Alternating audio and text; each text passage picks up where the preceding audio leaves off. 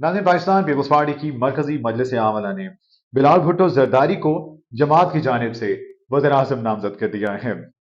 इसका मतलब ये हुआ कि अब साबिक वज़ीर आज़म और मुस्लिम लीग नून की जानिब से नवाज शरीफ के बाद एक और उम्मीदवार वज़ीर आज़म के तौर पर सामने आ गया है। बिलावल भुट्टो ने इस अहम इजलास के बाद मीडिया टॉक भी की और मीडिया से गुफ्तगू में बिलावल भुट्टो जरदारी ने जो गुफ्तगू की, वो उस गुफ्तगू से इंतहाई पुख्ता तासुर ये दिया, यानी उस गुफ्तगू को अगर सुना जाए तो उसे ये पुख्ता तासुर मिलता है कि बिलावल भुट्टो जरदारी जो हैं वो किसी को जैसे बता रहे हों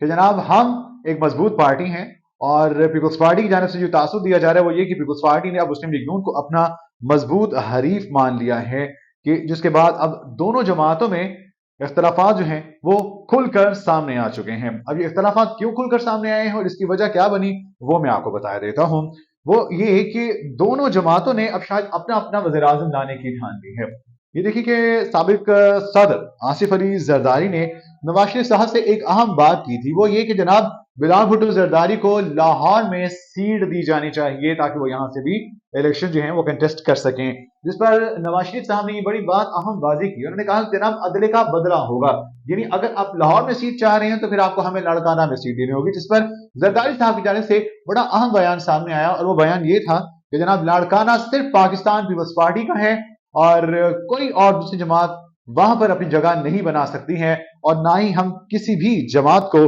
इस बात की इजाजत देंगे। अब शायद ये चीज जो है वो बुनियादी वजह बनी है इन दोनों पार्टीज के दरमियान इख्तलाफ के हवाले से भी। नाज़रीन, दरअसल हकीकत ये है कि मुस्लिम लीग नून का ख्याल है कि उनकी जानिब से टिकट अता को अगर दिया जाता है तो इसे ऑटोमेटिकली ये देखें कि जनाब बिलावल भुट्टो की जमानत जो है वो जब्त हो जाती है और कामयाबी उनकी यकीनी है। यानी इस तमाम तर सूरत हाल में आप ये देखें कि जो बात की जा रही है कि पाकिस्तान पीपल्स पार्टी को पीछे हटाने के हवाले से जो तमाम तर इकदाम उठाए जा रहे हैं कि अगर वो अता को टिकट में टिकट दे देते हैं तो इससे बिलावल भुट्टो जरदारी की जो जमानत है वो जब्त होना यकीनी है, लेकिन पीपल्स पार्टी किसी तौर पीछे हटने को तैयार नहीं है।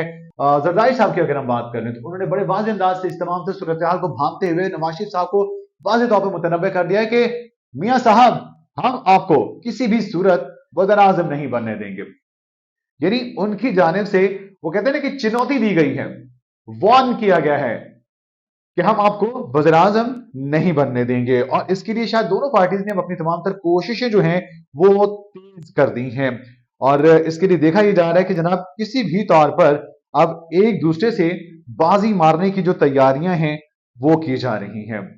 और शायद यही वजह है कि उनकी जानिब से आजाद उम्मीदवारों को भी साथ शामिल रखने के हवाले से जो बात की जा रही है वो उस पर कायम है। इसकी वाज़ेह मिसाल यह है कि पाकिस्तान पीपल्स पार्टी ने भी अब अपने तमाम तर जो दीगर इत्तेहादी है उनके साथ भी राब्ते जो हैं वो तेज कर दिए हैं। अब देखना यह है कि जनाब कहीं ये इख्तिलाफ मजीद शिद्दत ना अख्तियार कर जाए। नाज़रीन, लगता है कि बिलावल भुट्टो के उस बयान को जो उन्होंने चैलेंज करने के हवाले से दिया है, दोनों पार्टीज ने कुछ ज्यादा ही सीरियस ले लिया है। यानी आप ये देखें कि इस वक्त जो बयान दिया गया उनकी जानिब से कि जनाब उन्होंने भी बड़े वाज़ेह अंदाज से नवाज शरीफ साहब को कहा कि आप जो हैं वो लाड़काना से इलेक्शन लड़ें और मैं लाहौर से लड़ूंगा, फिर देखते हैं जिसमें दम है जिसमें हिम्मत है वो आए और मैदान में सामने दिखाए कि वो कितना मजबूत है। अब कुरा किस पार्टी के हक पे निकलता है ये पता चलेगा 8 फरवरी को।